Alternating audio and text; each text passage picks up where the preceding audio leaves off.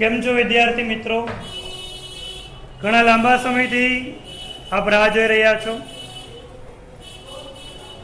આજે આપણે રિવિઝન શરૂ કરવાને બદલે સૌથી પહેલાં પેપર કેમ ભરવું અને બેસ્ટ પેપર કયું હોઈ શકે એ આજે હું તમને સમજાવવા માંગુ છું.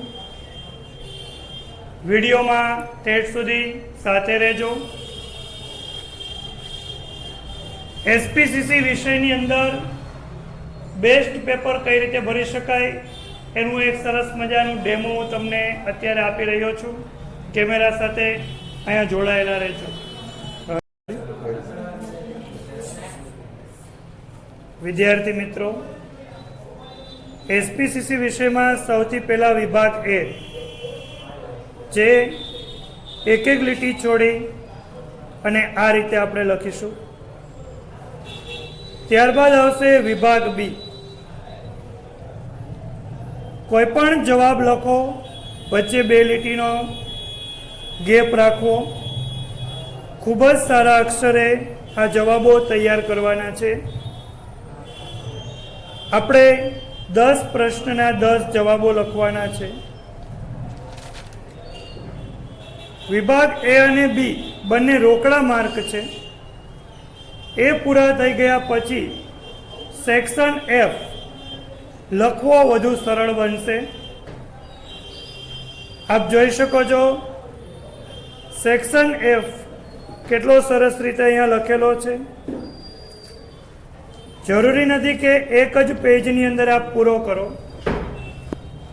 લેટરમાં મુખ્ય બાબતોની નીચે પેન્સિલથી લીટી કરવી. બીજો પત્ર જોઈ શકો છો. જ્યારે કોઈ સંસ્થાના નામનો પત્ર હોય ત્યારે ઉપર હેડિંગ આપવું, મોબાઈલ ઈમેલ લખવો, તારીખ, બીજું સરનામું, વિષય અને સંબોધન. મુદ્દાઓની આ રીતે છણાવટ કરી શકાય. આપનો વિશ્વાસુ, પેઢીનું નામ, તમારું નામ, જ્યાં બિડાણની જરૂરિયાત હોય ત્યાં બિડાણ. આ બીજો લેટર છે લેખિત પરીક્ષા અંગે આમંત્રણ આપતો પત્ર. આ પણ પેઢી દ્વારા લખાઈ રહ્યો છે. આપે ખાસ એ જોવાનું છે અક્ષરો અને પ્રેઝન્ટેશન. વીમા કંપનીનો પત્ર છે. તેમાં પણ આપ જોઈ શકો છો કે માળખું યોગ્ય રીતે લખેલું છે. વિભાગ એફમાં સીસી વિભાગના ચેપ્ટર નંબર 6 માંથી મોટાભાગે એક પ્રશ્નની થિયરી પૂછાશે. જો પરીક્ષામાં પત્રના અથવામાં થિયરી હોય તો થિયરીનો પ્રશ્ન સિલેક્ટ કરવો તમારા માટે વધુ હિતાવહ હોય છે. જેમાં પ્રસ્તાવના ઉપસાર સાથે પૂર્ણ લખાણ લખવાથી વિદ્યાર્થી 5 ગુણ પ્રાપ્ત કરે છે.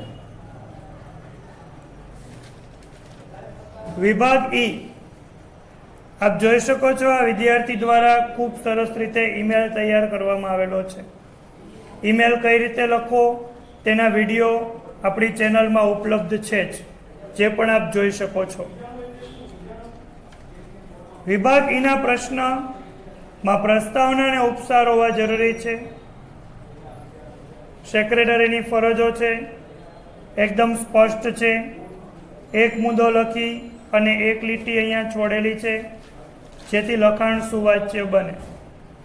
મુદ્દાઓને પૂરેપૂરો ન્યાય આપવાનો પ્રયત્ન કરેલો છે. પ્રશ્નનો ક્રમ ઉપર ખાસ લખવો જરૂરી છે. કોઈ આન્સર છૂટી ન જાય એની તકેદારી રાખશો. શક્ય એટલા મુદ્દાઓ વર્ણવી શકાય. ગુણથી ડબલ મુદ્દા લખવા જરૂરી છે. ક્વેશ્ચન નંબર 39 અર્થ સાથે વર્ણવેલો છે.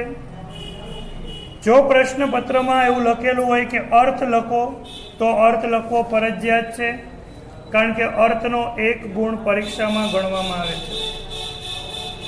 વિભાગ ડી, નવો પ્રશ્ન નવા પેજથી શરૂ કરો. આસબાની કાર્ય પદ્ધતિ. ઘણી વખત એવું બનશે કે જવાબ ટૂંકો હોય પણ એ ચિંતા ન કરવી. જેટલા મુદ્દાઓ હોય એ મુદ્દાઓને વિગતવાર વર્ણવી શકાય છે.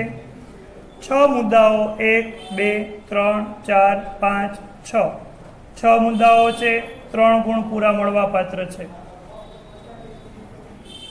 બાકીના પ્રશ્નો પણ આપ સરળતાથી જોઈ શકો છો. તફાવત લખવાની પદ્ધતિ. ઉપર મુદ્દાઓ લખી શકાય અને મુદ્દાઓ દ્વારા તફાવતને સરળતાથી બતાવી શકાય છે.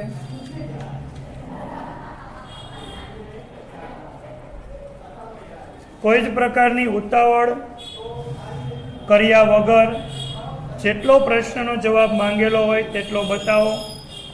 વિભાગ સીમાં જેટલી વસ્તુ માંગેલી છે એટલી જ આપવાની છે. 2 ગુણના સંદર્ભમાં 2 ગુણને ધ્યાનમાં રાખીને મુદ્દા લખવાના છે.